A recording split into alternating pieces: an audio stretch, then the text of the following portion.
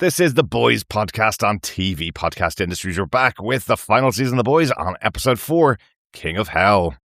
I have received the most wonderful message. I was visited by an angel, and she foretold my destiny. Well, praise be. And what is it? God. Sir, that is wonderful. There is no higher calling than serving the Lord. No, not serving the Lord. Being the Lord. I am the Messiah. I'm the Savior of the world. The Messiah? Yes. Congrats. Thank you.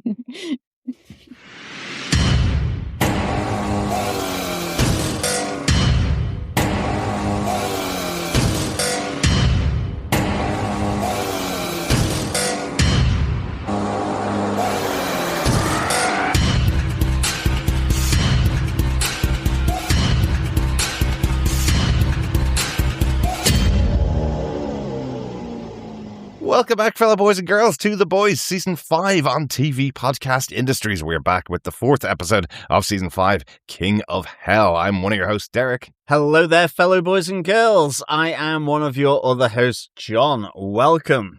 Yes. The King of Hell. Aye, and welcome to the darkest episode of The Boys. Not in terms of subject matter, but my God.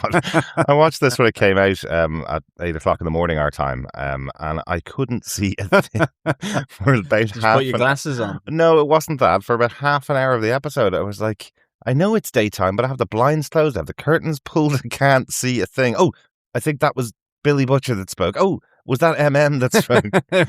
It was great when the light from the glowing uranium went on. Yeah. It was like, I can see Homelander. Well, I now. can finally see somebody, yeah.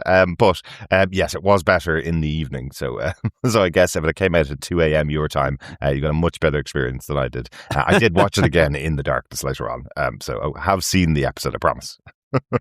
Yes, fear not, fellow boys and girls. He has actually watched the episode. Mm-hmm. Although half of it was just sound. Yes. I watched it again with the picture, though, John, at the moment. Anyway. But before we get into our spoiler-filled discussion about this 4th episode of The Boys, The King of Hell, please pop on over to our website at tvpodcastindustries.com, where you can subscribe on any good or evil podcast player of your choice. Yes, and if you want to send your feedback to us, you can email us to feedback@tvpodcastindustries.com or pop on over to our Facebook group at facebook.com/groups/tvpodcastindustries, or you can now pop over to our Discord, details of which are in the show notes for this very episode as well. Pop it over there and join us for our chats all about the shows that we're covering. Yes, you can also leave a voicemail over on our website as well at tvpodcastindustries.com. If you do, we will play that on the podcast. Yeah. So feel free to drop your thoughts and theories over on the voicemail as well. And a quick reminder, we will be on to our 4th question of the pub quiz for the boys. And as always, fellow boys and girls and quizzes, remember to gather together all the answers from this season's pub quiz, the boys pub quiz questions at the end of the season, and then email them into us at feedback@tvpodcastindustries.com to be in with a chance of getting your hands on some of the boys' goodies. Yes, and with your location as well, as we said, because I'd love to know where you are so I can find goodies that can actually get to you as well. We're going to start at this episode. A little bit of news for this week. I don't normally cover news, but this was a pretty big one that was doing the rounds last week. Announcement has come in that Gen V Season 2 is the final season of Gen V. We will also get Vault Rising in 2027. Neither of those two things were a surprise, really.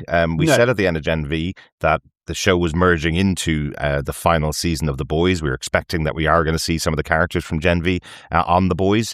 And we couldn't really see a future for the way Gen V was set up. It was all based around the college system. Well, it was difficult enough to get them back in season 2 to Godolphin University. How are you going to do that for a 3rd season? So, interestingly, there was a comment made by our Kripke, the showrunner for the show, who said, look, we're sorry we can't continue the story in that particular environment anymore, but we've still got another half of the season to go in The Boys. Let's see where the characters all end up after this and future projects. We will use those future projects to tell the story of the characters from Gen V. So he's not saying the characters are gone, just the particular branded show Gen V is no longer going to continue. Yeah, absolutely. Yeah. And of course, there's Vought Rising as well. So there's plenty of The Boys spin-off shows that will be coming up very, very shortly. Yeah, my speculation is that we do have The Boys Mexico, which we've heard hardly anything about, but we know is still in development. My speculation is that everybody goes on the run to Mexico, so we'll see lots of familiar characters in Mexico, including whoever survives of The Boys and the Gen V group, because we don't know who that's going to be. In this episode, it looked like none of them were going to survive, to be honest, as the episode went on, but we'll discuss all about that as we go into all the details of episode 4 of The Boys Season 5. Yes, Darick, what are those details for episode 4? King of Hell. Well, the showrunner for the show, of course, is Eric Kripke. The show is based on this comic book series from Garth, Ennis and Darick Robertson. Executive producers of the show are Seth Rogen and Evan Goldberg. This episode was written by Geoff Aull. He's been working on the show in the writer's room right back to season 1 of the show, and this is the 3rd episode after season 3, episode 3, and season 4, episode 4. He really should have written next week's episode to complete the set. I mean, season 5, episode 5, shouldn't he? Yes. Can I just hold out one more week, please? It would be so much more fun. 505, please. Yep. And the episode was directed by Karen Gaviola, who directed last week's episode as well. So doing the same kind of bucketing that they do, where they do 2 episodes back to back. Excellent. Excellent stuff. I do wish Karen and the lighting manager had met a bit more often for this episode. But apart from that complaint, John, do you want to tell us what they gave us with your synopsis for The Boys Season 5, Episode 4, King of Hell? Sure. Following his epiphany, Homelander tasks Firecracker to present him as the one true God to the people. Needing help, she involves Supes Worm, Ashley, her bankrupt evangelical husband, O'Father, and snarker PR lead Courtney to come up with a plan. The boys, still without the virus, go to Fort Harmony to find V1, the virus-resistant original version of the drug which gives Supes their powers. There, another airborne virus pits the team against each other with Huey, Butcher, MM, and Kimiko all at each other's throats. Only Frenchie is immune due to his past drug abuse. When they reach the safe at Fort Harmony, they find no remaining V1 vials, and they suspect that the Supe bomb site has recently taken all vials of the V1 that were there, but don't know why. Homelander and Soldier Boy are also in search of the V1 at Fort Harmony. Homelander mocks him, saying he injected himself with V1 because he felt inferior to his brother. Soldier Boy locks Homelander in a chamber of enriched uranium to prevent him from getting the V1, which he intends to destroy. Frenchie finds the source of the toxoplasmosis and takes Soldier Boy to it, revealing it is Quinn, with whom he had a past. After Frenchie provokes him, Soldier Boy kills Quinn, returning everyone to normal. Homelander breaks out of the chamber and spurs Soldier Boy's life after seeing him broken at killing Quinn. Meanwhile, Annie meets her father, who admits he always loved her and asks her to keep her loved ones close to keep her humanity, which prompts her to reunite with Huey.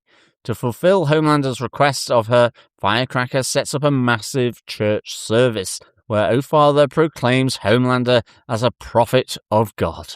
So not proclaimed him God, but proclaimed him a prophet of God. Interesting way around getting the messaging out there, is it? A messiah.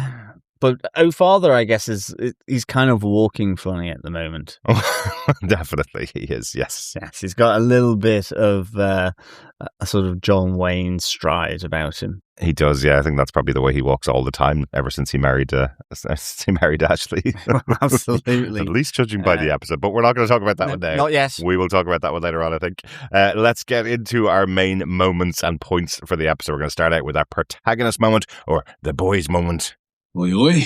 John, what is your boys moment for this episode? I think it's the boys in Fort Harmony. I think it's just a really great point. I mean, I love the fact that that there are tensions galore between the boys Yes, at the there are. moment, between Huey and Billy Butcher, Mhm. between Kimiko and Billy Butcher, and that puts a strain on Frenchie's relationship with Butcher.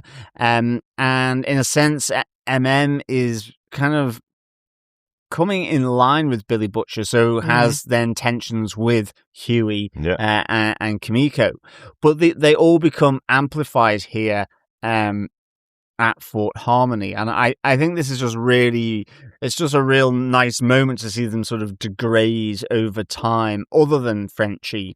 And I was wondering why that was until kind of seeing some of the notes around it's basically his drug use that has kept his old synapses sort of unaffected by this. Yes, I love Kimiko just snaps back when she finds out, well, at least it was good for something.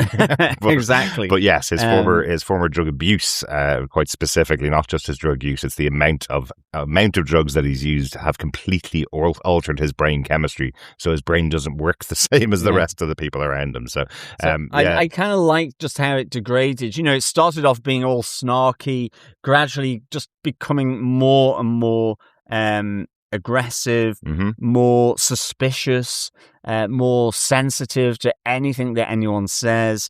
But interestingly, you are completely right. But some of the worst things that were said right at the beginning, or done right at the beginning. It's difficult to tell when Billy Butcher's being more of an a-hole than he is every other day. True. But I felt when they arrived and Kimiko was explaining what was going on, oh, maybe the animals are infected by something, and he just repeated it as if she'd never spoken. I was like, that's just damn rude. He's just pretending she can't speak. And later on, he amplifies that. He says to her, well, I don't care that you can speak. You have to say something useful for it to matter to me, basically. So that's a little bit elevated. But even when Huey's talking about his relationship with Starlight, he calls her a bitch, like before they get anywhere close to getting in, and then goes, ooh, that was a bit far, wasn't it? Well, I think it takes him off guard, and that's because he's not sure why he's just gone that far. I mean, you see it shocking Frenchie, and you see it even shocking Kimiko. They make the note, but it is the fact that they're unable to control it, so that's what blurts out from Huey. So I saw that sort of leading up to it, because they are within the kind of radius of the of this Supes power in Quinn, who we see almost fused into the wall with almost like a vein system or root system emanating out from him. We see this, that all the animals are kind of gone, or there's no bird song, there's no howling, nothing like that. They find all the animals dead. They find a number of different human remains that have certainly the scouts within the building that have killed one another with their knives. So all this is being sort of amplified. This kind of aggression is being amplified by the Supe known as Quinn here, and another inmate of Fort Harmony that's been tested on with Vort's compound V, and I presume V1 as well, if maybe Soldier Boy knows of him. Yeah, I was a little confused with this bit, and I know we're going to talk about a bit more of this as we go, but I was a little bit confused with the setup about the jumping to the conclusion that it's Bombsight that's come in, and we've never met Bombsight, who was mentioned in last week's episode. We might have met him at some point over the years, but we don't know much about that character.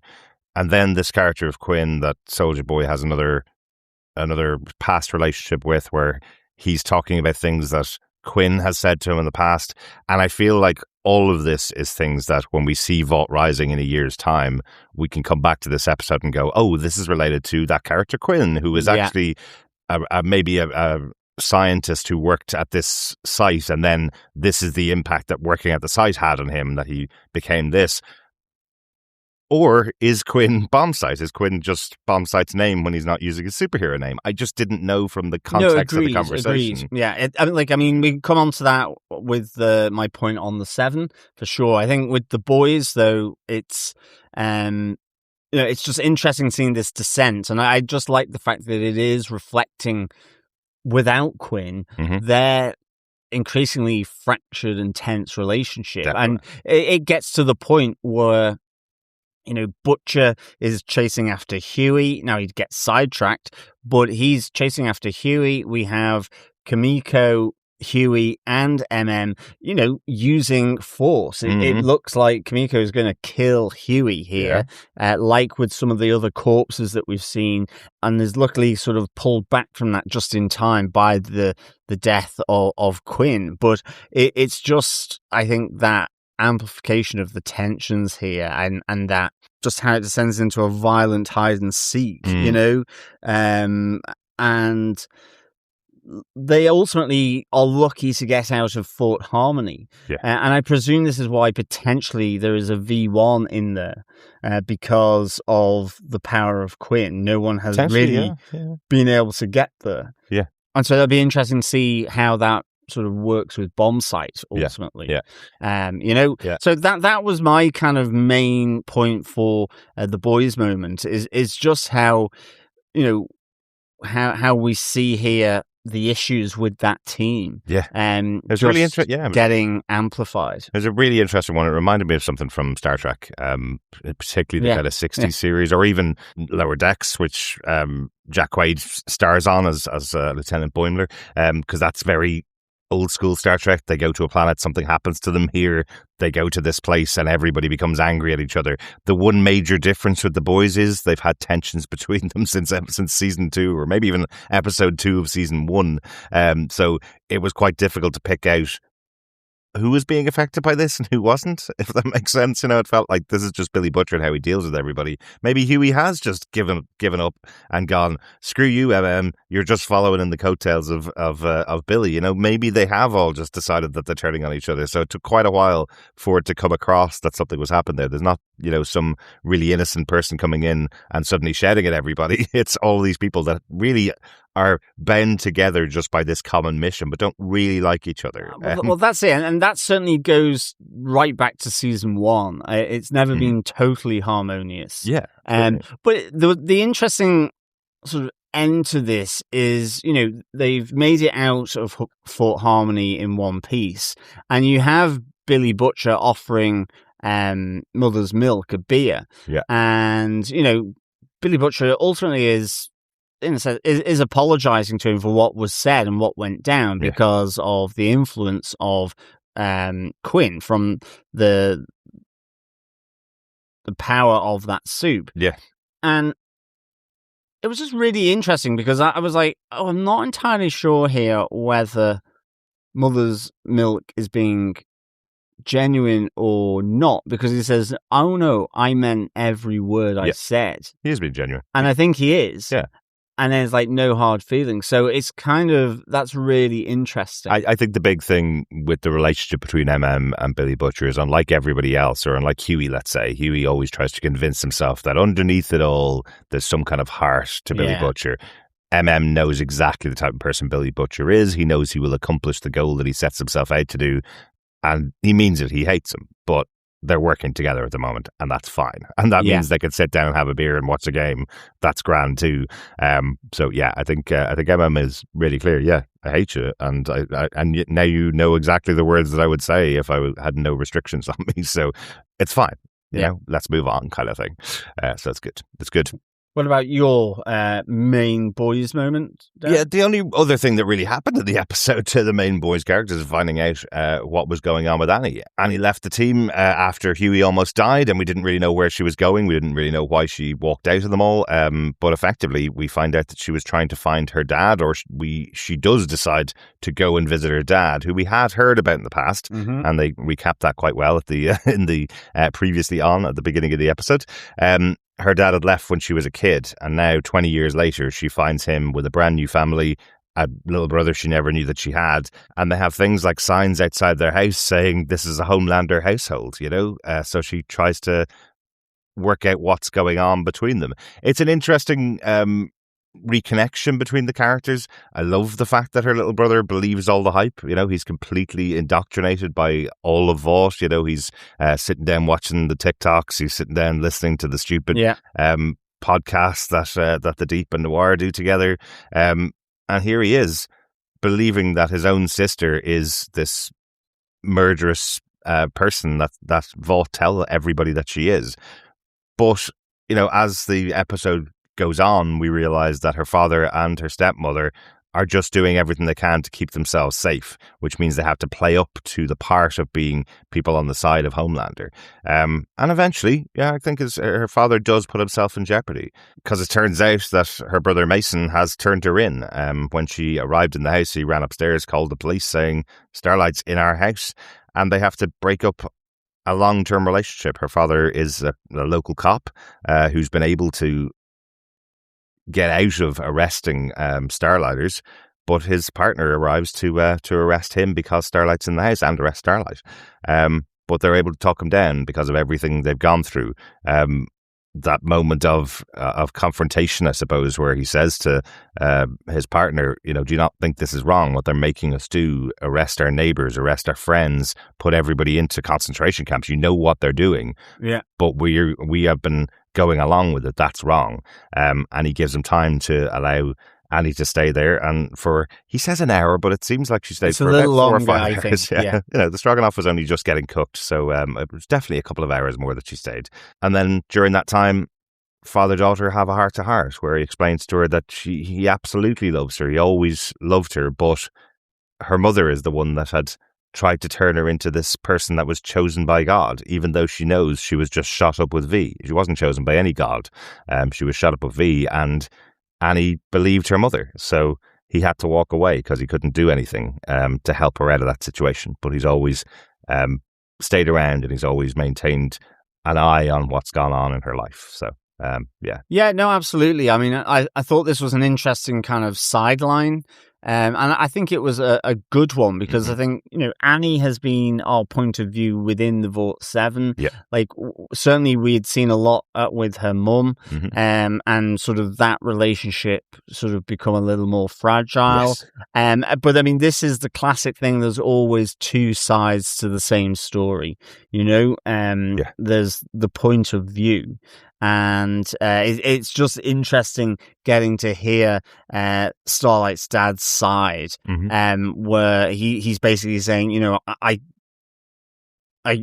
left when she started to say that you were chosen by God, and wouldn't back down. I love that his wife, Kathy here, seems to be the one that's trying to also help build those bridges by offering for her to stay for dinner and for the stroganoff.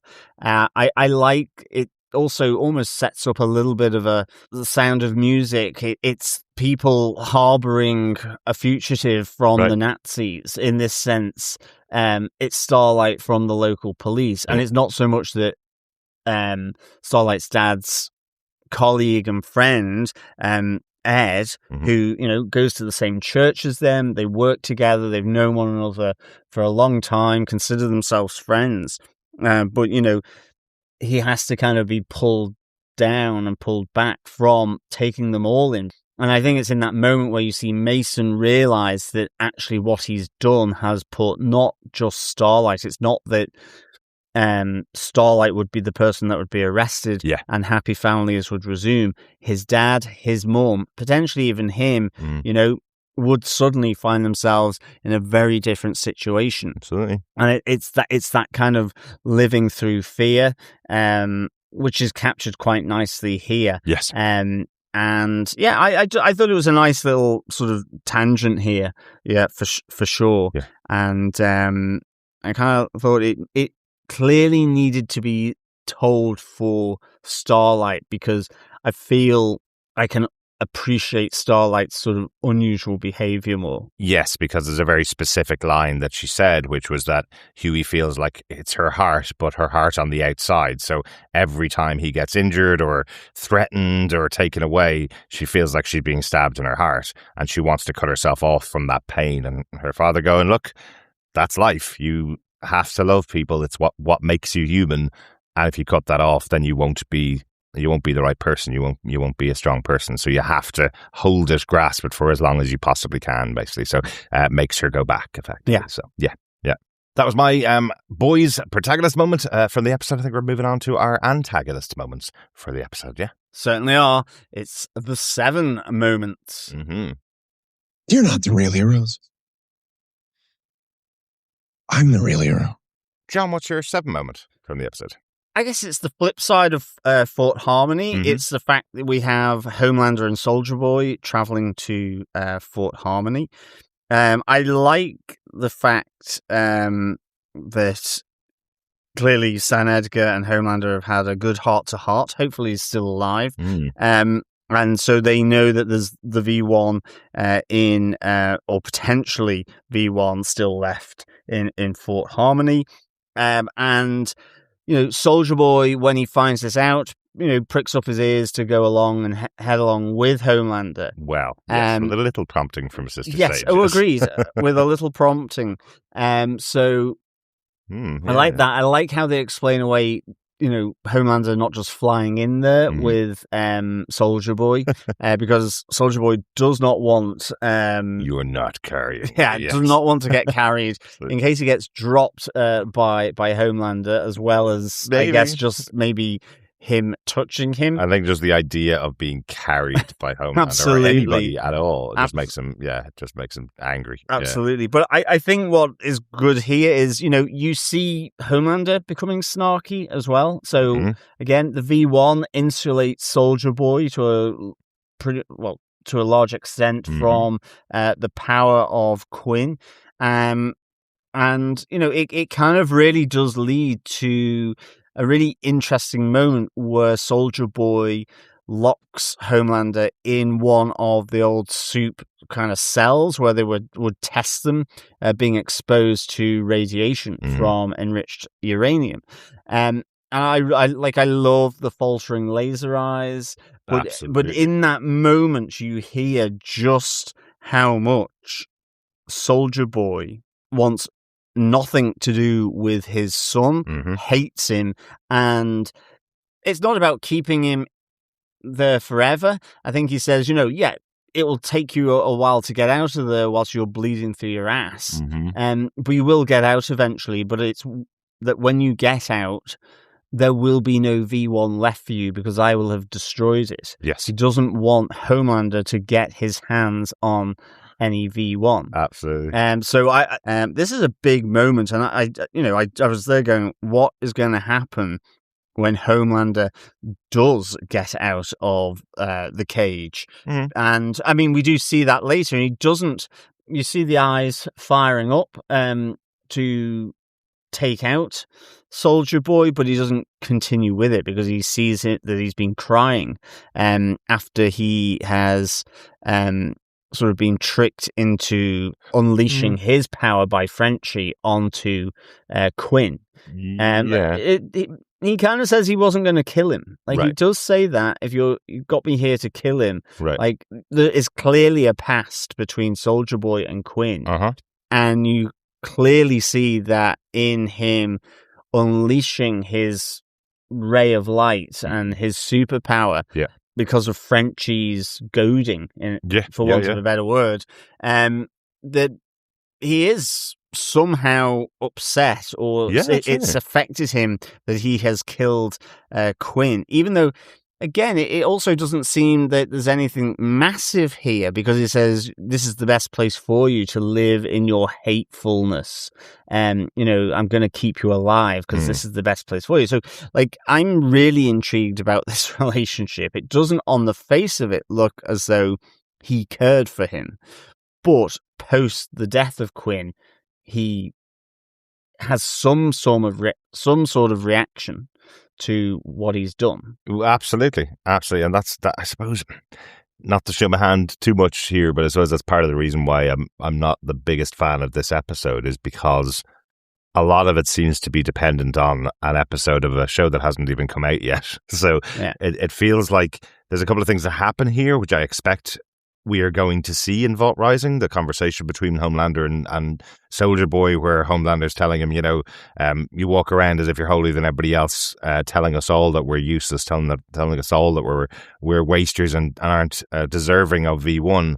but I know that the reason why you got it was because you were jealous of your brother and you put yourself forward. And I've seen the video of you crying and telling them to stop while you were being injected with the V1. And I was going, well, that's a scene we are definitely going to be seeing in the show. The show is the creation of Vault. The show is all about V1 and how Soldier Boy gets injected for the first time. So why are you talking about it now as if we've seen it, you know? And then here with Quinn, you know, he's Soldier Boy's talking to him about conversations that we haven't heard. Again, I think things that we're going to hear in Vault Rising, he's talking to Quinn about the fact that he hates Soldier Boy and always told him that he hated him. So those kind of things will probably be great again in a year's time when we look back at this episode where the end of the Quinn character is, and then we'll see who Quinn is when it gets to Vault Rising. You know, we'll see how that character grows and have the impact between the two of them. But right now, you're kind of going, his reaction is about something that we don't know. So I don't know why Soldier Boy's on the ground crying about the death of Quinn. Well, and he really says, I'm so effing sorry after he's done it. So yeah, it's a really intriguing thing. Yeah. Or, and this literally just came to me while we were talking, or is Quinn his brother? Well, that hated him for getting the V. That is that's the other thing, because we have that right at the start where we see Homelander starting to maybe feel the effects of Quinn, where, you know, as you say, he pulls out that, well, Soldier Boy, you think you're a tough boy, but you looked feeble when you were being injected with the V. You cried for your mummy and all that, like you said. You know, there is the whole thing around his brother as well. You know, that it was in response to him feeling second place, overlooked by his family because of his brother. So it could be his brother, maybe. But I mean, it's just an intriguing relationship. But as you say, maybe it's something that really is something that's going to be shown in Vault Rising. And so here, it just feels a little bit out of place. But I mean, I do like this whole thing between Soldier Boy and Quinn. It makes it intriguing for me. I do like Soldier Boy with, you know, Homelander, sort of locking him in the suit-proof cell as well. And of course, now after saying all of this, I'm expecting that next week's episode is going to give us a flashback to explain all of this. It'll be just 1 week instead of a year. And course, I mean, it's even Billy Butcher coming across Homelander. And kind of loves the fact that he's in there. He says, you know, did your dad put you in a timeout here? But again, it's great. Very similar to, you hear Butcher talking about Homelander. It's what Homelander almost was saying to Soldier Boy on the way in. You know, you're a weak, needy little boy. Oh, yeah. Like father, like son. But at the same time, you have Homelander understanding that Billy doesn't have the virus and that he's going to flay him alive when he gets out. So, I mean, this really does... I mean, maybe that's exaggerated because, again, he's in a place where it's being sort of tainted with the power that Quinn has here. So, yeah, I really enjoyed this other side of Fort Harmony as well. Again, nice little ironic name for it. Absolutely.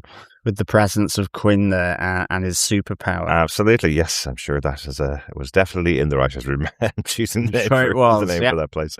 Excellent stuff. I'm going to have a quick one here for my 7 moment, but really because we've been talking about this character now from feedback last week and from just some conversations that we had.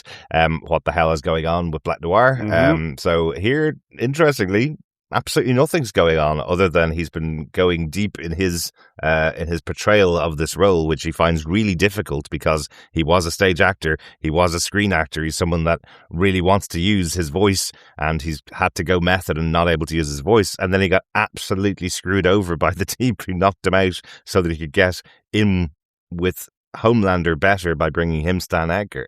I love the conversation between the two of them. I love Black Noir going, what do you expect is going to happen here?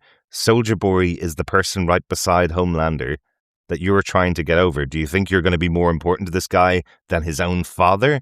And you screwed me over to get that? Like, you can see why he would be so angry about that. Oh, absolutely. I mean, interestingly, though, after this episode, you just wonder, Soldier Boy effectively tried to prevent Homelander from getting the V1. So is it going to be next episode, The Deep, through nothing that he has actually done, but more through the actions of Soldier Boy, gets promoted to number 2 in the Vault 7 because Soldier Boy ultimately tried to put Homelander at risk through crushing the V1. Maybe. Soldier Boy does also tell Homelander it wasn't there. So he does give him that piece of information. Yes. Yeah, again, I think that's interesting to see if the Deep, through none of his own machinations, gets to number 2. Ended up getting promoted back up again. Or will Homelander forgive Soldier Boy that quickly? He didn't kill him, you know? That's true. Will they just go back when everything else plays out that we'll talk about for the rest of the episode? But I love how this manifests, this relationship between Black Noir and the Deep. They have to have a podcast. They have to do it immediately afterwards. So Black Noir uses all the buttons on his controls to tell the Deep how he really feels during the broadcast, really pissing off the Deep as well, which I think is it was hilarious. really good, really good. It's excellent. Right, on to our last group of moments, our other outstanding moments. Thank you. You have 5 minutes to make your openings. John, what's the other outstanding moment from the episode? I think I can guess, but what have you called it? Jesus would kill for our marketing. Yes. I do like Thought that might be it. the fact that Homelander is basically asking Firecracker to go out and spread the word that he is the Messiah, the savior of the world, because he has been visited by an angel and has been foretold his destiny. You can see, I mean, this is just the look on Firecracker's face, not only because of that, but also because Homelander has clearly smelt Soldier Boy on her, despite it just being prepping for the interview. So I really like that she was uncomfortable to begin with. Yeah. But I love the sort of discordant pitch of the violin as it becomes more uncomfortable when she realizes what he is asking her to do. And because he says something like, I've realized my destiny is God. And she goes, that can be so fulfilling, serving the Lord. And he's like, not serving him. I am God. Yeah, exactly. And I just like how this plays out then over this episode. Like there's great moment of them brainstorming to determine how Homelander is going to become God, between Ashley, O'Father, Courtney and Worm. You have Worm saying, like, you're all about the numbers after Ashley said, but 22% of Americans will never accept Homelander as God. But you're all about the numbers. Why not a story? Yeah. And we have this moment of clarity for Firecracker in the hullabaloo.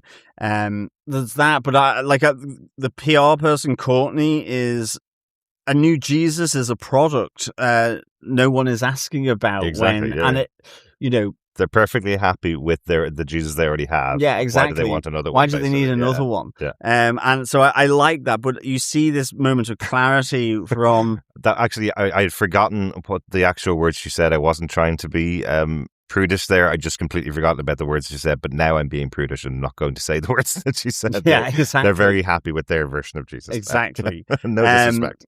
So I kind of like there's this battle around, 22% are never going to accept him. There's no ask for Homelander to become the next Jesus. The product's doing quite well on its own, constantly sort of you have though this moment of clarity from Firecracker. She says, well, caring for the poor, helping immigrants just doesn't sell anymore. We need a real American hero. The USA is God's government on earth.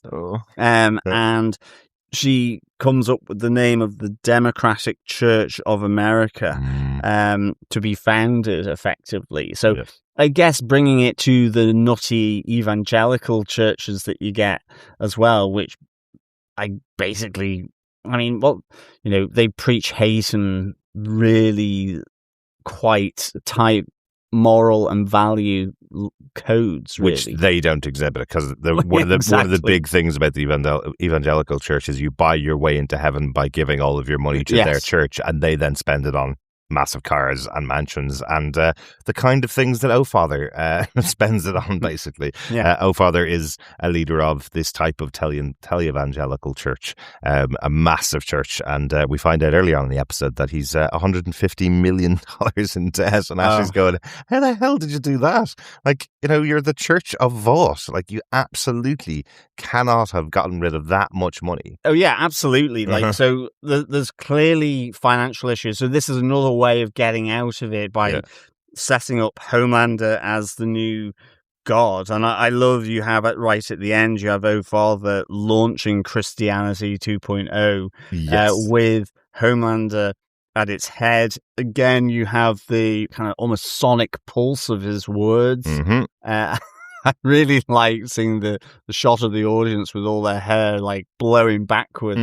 It looked like being on a roller coaster or something. He's kind of like the Joseph Goebbels of the church. He's like the propagandist who's able to make his message stick because of his superpower. Right, I think. Right. Yeah, I think it must be something like that, or else it's just that he is able to get it across a bit more. Yeah. Because in fairness, the entirety of Vought is the Joseph Goebbels of that's true. of Homelander's society. It's like they have more pure people than anybody else. So everybody's working together on this. But yeah, I kind of love that the ulterior motive of Father here is basically, I'm $150 million in the hole. If I could be the leader of the Church of Homelander, I think I could pay that off and then some. He's looking for the next way out to get himself out of this massive hole that he's in. It's an interesting choice here from Firecracker. I'm not the most educated on religions in the world, but Homelander said, I want to be God here. And the PR team said, well, they don't want a replacement for their Jesus. They don't want a replacement for their God. And by the end of the episode, Firecracker has made the decision that Homelander is going to be the prophet of America, which will take a higher importance, I guess, than God for America for their purposes here. That's the decision that she thinks will go over much better for the population of the US to accept him. That if he starts out as prophet, saying a bunch of things that people will get behind, then eventually they will move him into the God position, I guess. So I don't know how Homelander takes that. He seemed like he wanted her to tell everybody he is the second coming, but she's kind of going, you'll get there, over time. We have to start out slow and get there. So we'll see how that plays out, I guess. Yeah, absolutely. Yeah. Darick, what's your outstanding moment from this episode? My outstanding moment from the episode is we're going to need a stronger ball gag, I guess.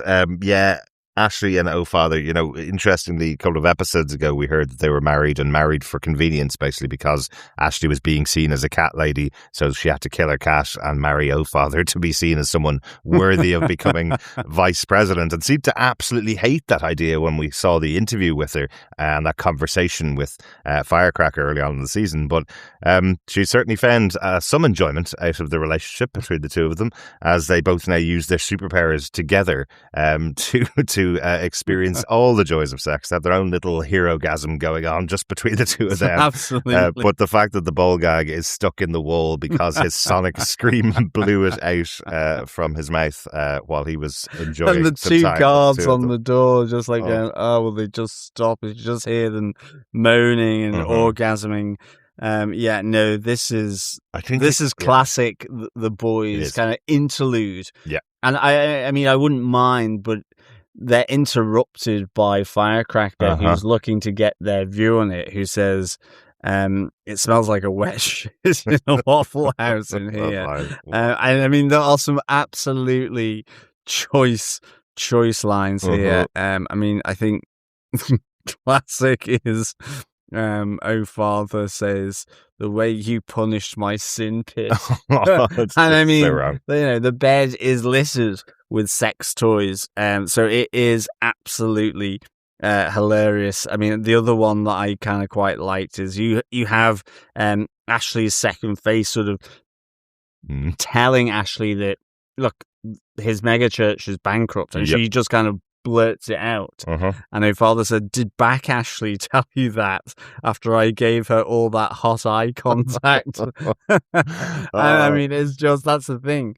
It is a three-way because there's back Ashley. I love that he calls her back Ashley. So yeah, this was just really, really good. Absolutely. This is classic boys for me, and just taking it to the extreme and having some really great language in there. That too, definitely want to compliment the writers for the language, but I have to give a shout out to the sound design and the Foley artists, because the noise when Ashley moves the sheet on the bed, it's a squelch that you couldn't possibly put in any other show. It is absolutely disgusting. I love every minute of it. Absolutely. Hilarious stuff. That is my other outstanding moment from the episode. That's it for the main moments from the episode, but any notes from the episode you wanted to mention, John? Yes, just we do see Ryan recovering at Billy Butcher's, but he does leave after he's had the Empire Strikes Back spoiled for him by Billy Butcher. And I don't know why, but I just love that. Yeah, I don't know why, but I really liked Ryan's response to him when Billy's going, "You've seen Empire Strikes Back? You watched?" And he goes, "No, you showed me Star Wars, and then Mom wouldn't let me watch any more of them. But it's those ones that everybody's hanging around with regarding Henry," which is basically a drama starring Harrison Ford from the 80s that Ryan definitely wouldn't have been watching if he was in Billy Butcher's company. Let's put it that way. Exactly. But it is just so good. But it nice is little interesting, touch. though. Yeah, it seemed like there were moments where Billy was looking down on this poor kid who had been beaten by his dad, and it looks like Billy was about to kind of say to him, well, look, stay here, I'll take care of you, kind of thing. But he goes off to get water for him. He's like, "Oh, bloody teenagers always moaning," and Ryan can hear that, and Ryan leaves, and then, interestingly, when Billy goes outside, everybody had been making plans as to what to do when they get the virus and they're able to give it to Ryan to give to Homelander. Billy doesn't say a word about the fact that Ryan leaves until somebody asks, "What are we going to do with Ryan?" And Billy goes, "He's already gone." He is just an a-hole. That's what I mean about not knowing whether the virus that was airborne from Quinn was having any effect on Billy Butcher or not, because he's always this much of an a-hole. He takes just every opportunity to prove that to you. Yeah, absolutely. That's my note. Darick, do you have any notes? Yeah, a couple of notes from the episode. Tim Daly, who plays Annie's father, started out in Wings, a comedy show back in the 90s, maybe even late 80s. I'm that old. But he was also the voice of animated Superman for a very long time in many, many projects for DC. So Tim Daly, you'd see his name up in the credits. Just really interesting that he was the voice of Superman. And obviously we have Homelander in here, the Superman proxy. So kind of cool that he's been in that line of work for many years in the superhero genre as well. Just one that we didn't mention earlier on was just a conversation between Frenchie and Huey. Frenchie trying to describe a toxoplasmosis, this idea that the virus that's in the air is stretching out and all connected together. And Huey goes, "Oh, just like The Last of Us." And Frenchie dismissing him, going, "Oh, The Last of Us is just The Walking Dead with mushrooms."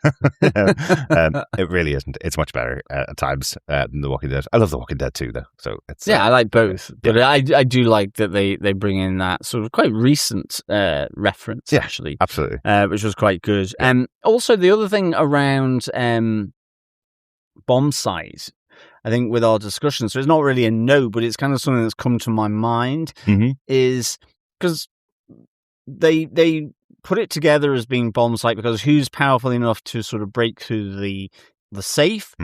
But there was also heroin there in the safe room. And Billy Butcher says, "Who can punch like a bleeding sledgehammer and has a taste for effing smack?" Yeah. And it's bomb sight.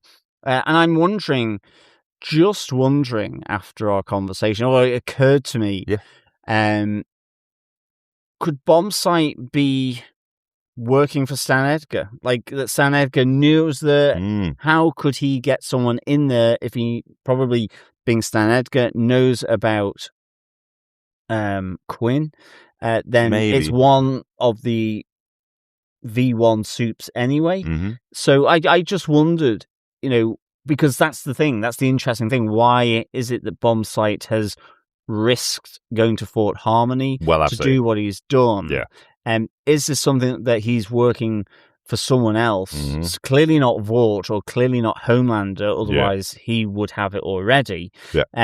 Is it possibly Stan Edgar? So Stan Edgar could tell them to go there knowing it was gone, but it doesn't necessarily come back on him unless someone knows about it. The only person I can think that would be Sister Sage. So it would be interesting to see. It would be. I don't know. It's just yeah. an alternative kind of thought I had whilst we were talking about Bombsight. A bit interesting one, yeah. They say Bombsight hasn't been seen in a while. Don't know what that means. You're right, he could have been in hiding near to Fort Harmony, and when he gets the call, he's able to run in there and get this job done. But again, it feels like it was a while ago that it was taken, so maybe, again, Stan Anker could have put the call out years ago to go in there and get the V. So, but overall, they do make the point that he is one of the 5 people with V already in his blood, so why would he take the samples of blood from there? So again, something that we either will see in Vault Rising or we'll see hopefully in next week's episode. Or is it Sister Sage even? Maybe. Because we saw her sort of going through the probabilities in order to get Soldier Boy to go along. Yeah. Who knows? And the one she landed on was, you'll have to live with your son for the rest of eternity if he gets V1. And she's right. That is the one thing that will get him to go and do exactly what she wants him to do. I just want to make one final comment as well. I love that after everything that's happened, there's no real sorry between the boys as to the fight that they had, other than the moment with MM and Billy Butcher. But in the car, when they don't really know what to say to each other after everything that they have said to each other, of course, the completely incongruous Lou Bega's Mambo Number 5 is put on the radio. Nobody's tapping their feet to that one either. So, no, definitely not. Overall, John, what did you think of the episode? I would give this 4 back Ashleys out of 5. I thought this was a good episode. I enjoyed it, but I definitely take on board your point around a lot of it feeling potentially connected to other stuff that we haven't seen yet, like the Vault Rising. Now, maybe it'll all come out in the next episodes, and maybe that's part of the thing with it, is that whilst it's looking back, it will be told in the next couple of episodes. And for me, I think possibly I had that thought because I just thought it was all quite intriguing and I wanted to know more. So I definitely possibly enjoyed this a little better than yourself. I love the whole thing with Ashley. I want more Ashley. I feel I want more Sister Sage, actually. Me too. She seems to have been a little bit sidelined here. I think because we got a good bit of her in Gen V. Yeah, maybe. It feels like we should be seeing her more now. She's in charge of Vault, she's a massive character here, exactly. I loved the whole Fort Harmony thing. Quinn, Soldier Boy, what's going on there? Is it simply Quinn is his brother that he was bitching about with Homelander and so on? I don't know. I love the moment of Homelander in the soup-proof cell. That was all really cool. I liked that he kept Soldier Boy alive. So, to me, I think it needs another episode for sure to explain it. Yeah.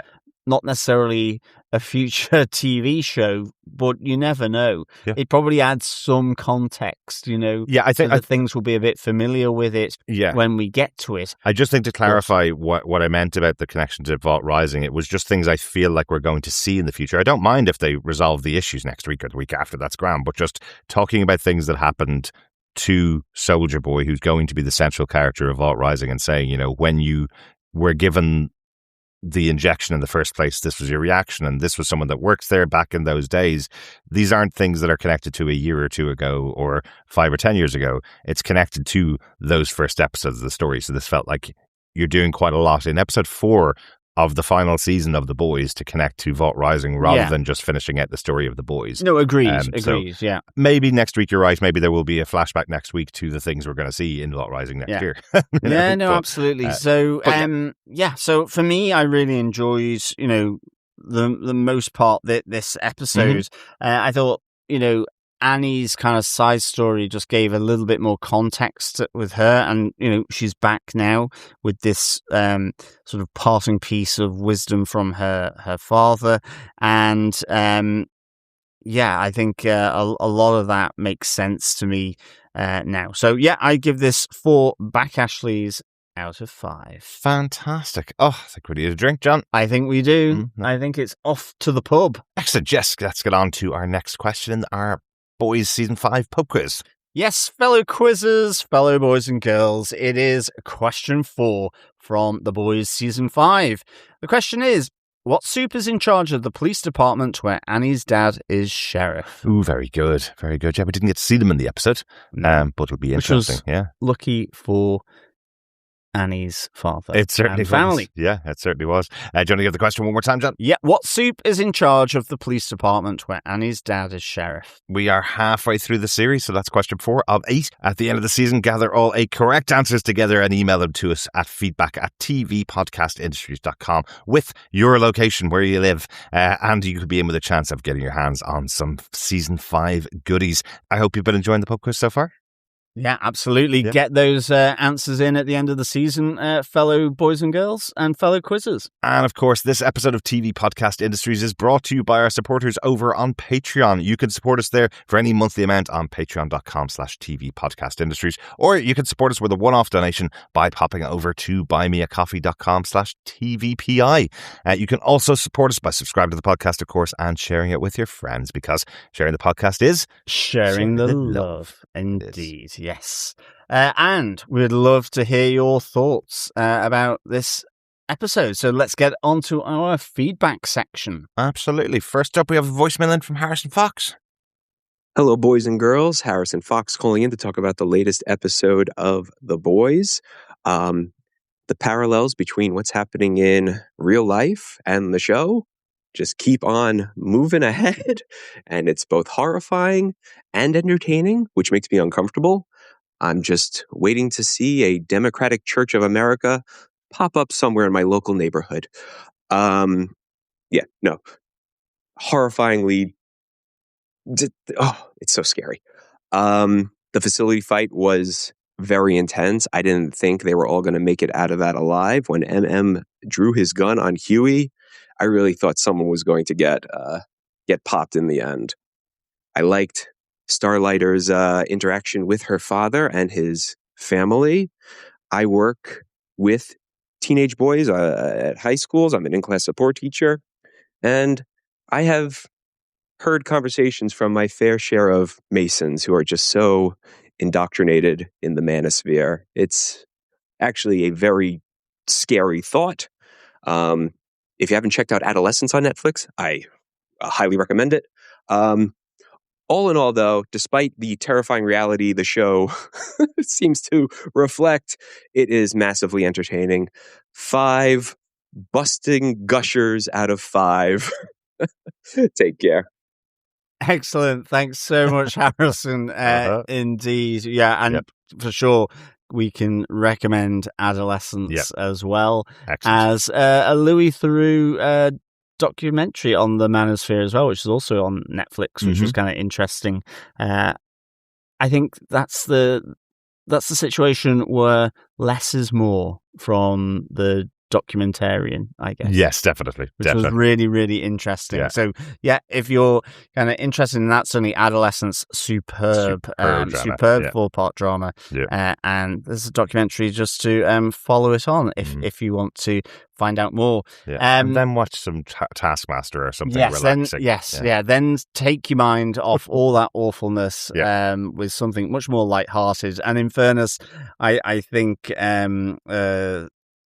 Oh Father's Punished Sin Pit is probably one of those for this episode. So, yeah, really, really good. Mm-hmm. Will we see a Democratic Church of America? Who knows? Let's hope not. There might be a few of them already, actually. I think, judging by the Secretary of State for War, I can't remember his name, Hesketh. But look, I think this is the lovely palette that has been drawn here in both its awfulness, but also with the satire of it. So really good. Always great to get your thoughts, Harrison. Absolutely great to have the voicemail in from you, Harrison. Thanks so much for your thoughts. Let's pop on over to our email. John, do you want to read the first email? First up, an email from Coffee and Vodka on this episode, who says, "Greetings, fellow Risen Defenders. 0 deaths at the Scary Death Camp. Who'd have thunk? A nice twist to have Frenchie, the former chemically imbalanced drug hound, as the only mostly immune character to biochemical manipulation.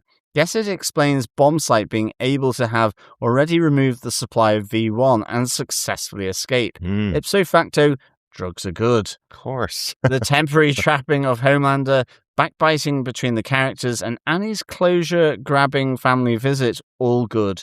The Democratic Church is hopefully a cautionary tale which will not be emulated in real life. And the ride back from the army base, the best bit of the episode. Sorry for the loss of Invincible, but congratulations for the lightening of a load. Yeah, absolutely. 5 willful, wall-full war heroes, holy, roasted Homelanders, and hind-sighted vices out of 5. Peace and take care. Coffee vodka. Fantastic coffee vodka. Yeah, some tongue twisters in there. Yeah, absolutely. Really glad you enjoyed this episode. Yep, absolutely. A lightening of the load for Darick. Not so much for myself now, but certainly for Darick. One episode down. Yeah, one show down. Yeah.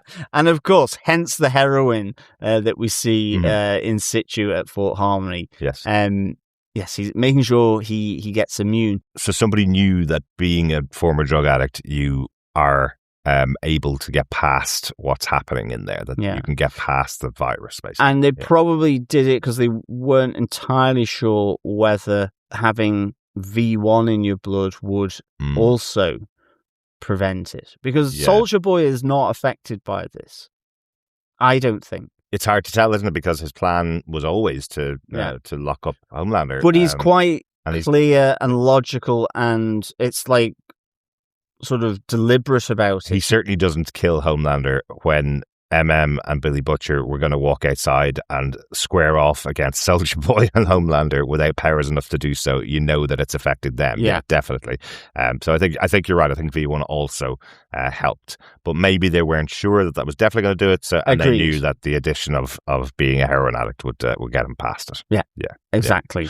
Great stuff. Excellent stuff. Thanks, Coffee and Vodka. Absolutely. Thanks so much, Coffee and Vodka. We also have an email in from Meryl Smith, who said, "Welcome back, boys, ghouls, and worshippers of Homelander. A special shout out to Jack Quaid and Claudia Dumas after their recent nuptials." Yes, they got married over in Australia. Yeah, excellent stuff. Claudia Dumas is Australian, and she played the role of Victoria Newman on the show. Now, I just don't pay attention to celebrity couples at all. I never knew that herself and Jack Quaid were a couple in real life. Me neither.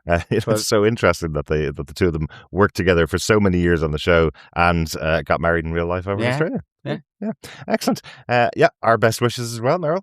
Meryl continues, "It will never not be hilarious that Kurt things in the real world were timed perfectly with the events of this show. As Homelander continues his great ascension into godhood, you can see how it's starting to affect others, such as Firecracker, who once had certain earnestness to her when she first said she'll do anything for Homelander, but now there's a major difference in how she says it. Maybe she'll turn against him at some point in the future, but just like the actress who plays her says, she doesn't need to die too before the show is over. In other sad news, it was recently announced that Gen V will not be returning for season 3, so whatever happens they end up doing in this season may be the last time we get to see them or hear about what they've been currently up to. It was nice for the boys group to have to air out all their grievances during their trip to Fort Harmony. Love the not so subtle reference to The Last of Us. I wonder what the future holds for Kimiko and Frenchie. Will they have a happy ending after all this is said and done? Speaking of Frenchie, I guess he's done so many drugs that he's immune to some things. I'm so glad I don't take life lessons from this show. Who knew Ryan never saw Empire Strikes Back, the biggest sin committed in the episode? Speaking of all the Superman references, we've got the best one courtesy of Tim Daly playing Starlight's dad. I'm glad that we got time with her away from the group to reevaluate and reassess to return with a stronger resolve than before. I'm glad that Soldier Boy brought it up because I too was worried about whether Stormfront actually died, because the rule is if we don't see a body then... Also, I do wonder if we're going to confirm whether she's actually Homelander's mother or not. The reveal about Soldier Boy was an interesting one that we did get a hint towards at the end of season 3, but now it's confirmed and it seems like he's more aligned with his comic book counterpart. It's nice seeing a different mode in terms of his emotional range with Jensen. 3 of my favourite characters that he's played are Dean Winchester, the Red Hood and Soldier Boy. Early predictions next week, a certain reunion will be occurring. 3, Superman provided their own unique brands of emotional support, reasons why we need to keep the phrase heavens to Betsy going on when discussing this show, and mutated wall artwork that induces anger and a deadly rage virus out of 5 for me this week. Very good, Meryl. Thanks, Meryl. Yeah, thanks, Meryl. I think I'm close on your rating there, about 3 out of 5 for me, but probably would improve once I've seen whatever they're referencing in this episode, whether that be next week or in Vault Rising next year. Yeah, and it's good that you've reiterated the kind of point about French and Kimiko, in a sense, drifting apart. That whole notion that he embraces the chaos, I think is how she describes it, where she had to let the chaos go in order to effectively, be able to sort of move on, and it's part of her therapy. Exactly. So it'll be interesting to see how that sort of plays out, to be honest. Yeah. I can't believe we didn't even mention the fact that Homelander has revealed that he slept with Stormfront, and Soldier Boy has revealed that he slept with Stormfront. It's just the fact that Homelander says, oh, maybe there's something very similar about the two of us. Maybe there's something else we have in common. We both had sex with the same woman. And all of us at home are going, ooh, hang on a second. Yeah. We kind of thought that was his mother. This is not. This is awful, and way worse than maybe he thinks it is. But thank you so much, Meryl, for your thoughts about the episode. Let's move on to Discord, John. Thanks, Meryl. On Discord, Ken Log says, episode felt a little slow. Kind of a lot of bumbling around with nothing to show for it. That's fine, but we're at the halfway point of the final season. Felt like a backdoor pilot for Vault Rising. Yes. Also, how did Homelander not hear the boys arguing? And why didn't Butcher have a bigger reaction to Homelander's weakness being exposed? The seeds are planted, though, for how they'll get Homelander in the end. Excited for the conclusion. Thanks, Kenlog. Yeah, I mean, that's true. I had those thoughts myself when they were sort of fighting very loudly. Like, they should have been picked up not just by Homelander, but also by Soldier Boy, given the noise. But I think sometimes, when you give a character things like, can hear heartbeats and so on, and it's like at the start, you could tell in Firecracker's eyes that it was freaking her out, and I don't think she necessarily would be able to. I think she was trying to stop her heart from sort of speeding up. But again, it means that in every situation where they're lying, either they are so in control that they can pace their heart, or Homelander is going to understand that he's lying, in the same way that Ryan understood Homelander was lying about what happened to Becca. So it's all... I think sometimes it can work out being a little bit problematic. The whole, I can hear your heartbeat, and that increase means that you're lying. I'm going to give them an out. I'm going to say, because there's radioactive material there, that every wall and every floor has lead in it, and that's the one thing that Homelander can't hear through. You see, because that's back to early seasons. He can't hear through lead-lined walls and floors. So maybe that's what it is, because he's inside a lead-lined radioactive prison, effectively. Well, at least there, but I mean before that. I know. Them shouting. Yeah, but I know they make nods to it, because they have to have a big argument, but they make nods to it where Frenchie's going crazy at the ball, going, look, he's going to hear you, and they still have the arguments continue for a little while longer. But... I mean, the other side of it is, they make reference to the deer urine as well, and you kind of think, well, that means that outside, would they not leave a trail that he could pick up as well? But anyway, I think sometimes, it just is, it's the price of being a superhero. How didn't he hear them? Because he didn't hear them. Yes, exactly. That's the answer. But great stuff. Thanks for the thoughts, Kenlog. Also, over on Discord, Rora says, I really like this episode. I'm glad that the hatred that surrounded the place was due to an actual character instead of a supernatural reason that most other shows would do. That's what The Boys does best. Although Eric Kripke said himself that this episode was mainly giving us the setup of the upcoming spin-off series Vault Rising, it didn't immediately seem like that was the case. I loved the lesson that Starlight learned from meeting up with her father, and all of the boys getting out their frustrations with each other without much consequence. That does make me worried that we haven't had a main character death in this final season since episode 1, with A-Train. With just a few more episodes left of the entire series, I'm scared for everyone. Absolutely. Yes. I mean, I think that's right. Everyone is on the menu now here. And it is interesting. Homelander leaves Fort Harmony not harmonious at all with himself, with what's happened. He is basically said to Billy Butcher, you will become paste, and everyone who's with you, he is also building himself the righteous justification for it all as well, with his Messiah complex. So yeah, this is all looking not very good. But yes, equally, Billy Butcher, I think, has had a few thoughts about what he's seen, and in Fort Harmony may lie the genesis of Homelander's downfall, potentially. Yeah, potentially. Great stuff. Thanks so much, Rory. Great to hear from you as well. Thanks, Rory. Yeah. Over on Facebook, we got a bit of feedback in from David Mr. Writer, who says, I'm all caught up on the boys. I wish with Kamiko they had given her multiple accents since she learned how to talk through TikToks and multiple videos. It would have been a fun artistic choice to go with. That would have been so difficult for Karen Fukuhara, though, wouldn't it? She spent 4 seasons learning sign language and using sign language, and finally she gets to use her own voice, and then she has to do 5 or 6 different accents. How tough for the poor actors to do. Then Mr. Writer continues. I gotta say, I'm not really a fan of how they seem to dumb down Homelander. They've almost made him into a brute bimbo. What would make him scarier would have been some added intellect alongside his strength. I think that's probably to reflect the real world, David, to be honest. Nothing is more scary than not knowing how some idiot who's in control of an entire country will make decisions, I think, is the point with Homelander, right? He has been getting everything that he wanted for his entire life, which is why he is so dumb. And why he's so dangerous, because he just expects his will. Exactly. His wants, everything. Yeah. Continuing, David says, this was a really fun episode. Loved the banter between all of them when they were under the pollen spell. They're really pouring it on heavy with the similarities between Vault World and the real world.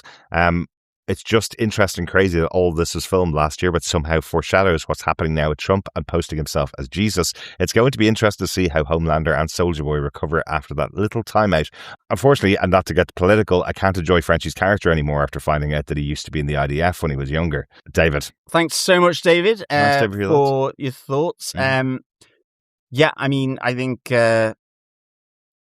think brute bimbo is a really good expression, a good description as well of Homelander. I think the added intellect are the people behind him. I mean, it's the Stan Edgars, even though maybe he seemed to be on the other side, he was in it just for himself, and that's what led him to do Homelander's bidding. Yeah, it's Stillwell. It's Sister Sage now, although I am convinced that Sage has her way out because she's done all the permutations as to how this might ultimately end up. He's never been intelligent himself, but he has aligned himself with intelligence for a very long time now, Yeah, and power and huge vested interests, whether it's Vought Corporate or mega church, Well, so it's kind of interesting. Follow the money. Yeah, absolutely. But great stuff, David, Mr. Writer. Yeah, thanks, David. As for Frenchie, I know the story's going around at the moment. David shared the story that's out there about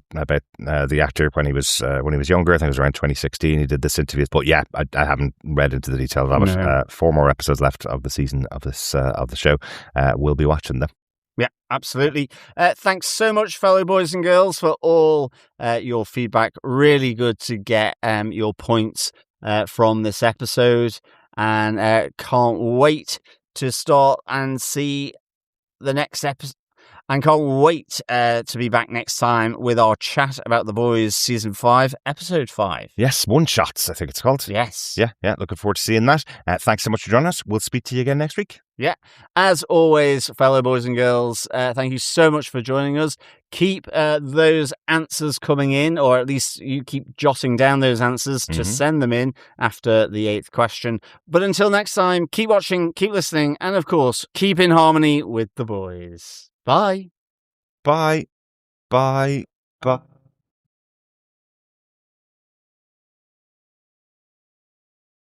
Yeah. Bye. Bye.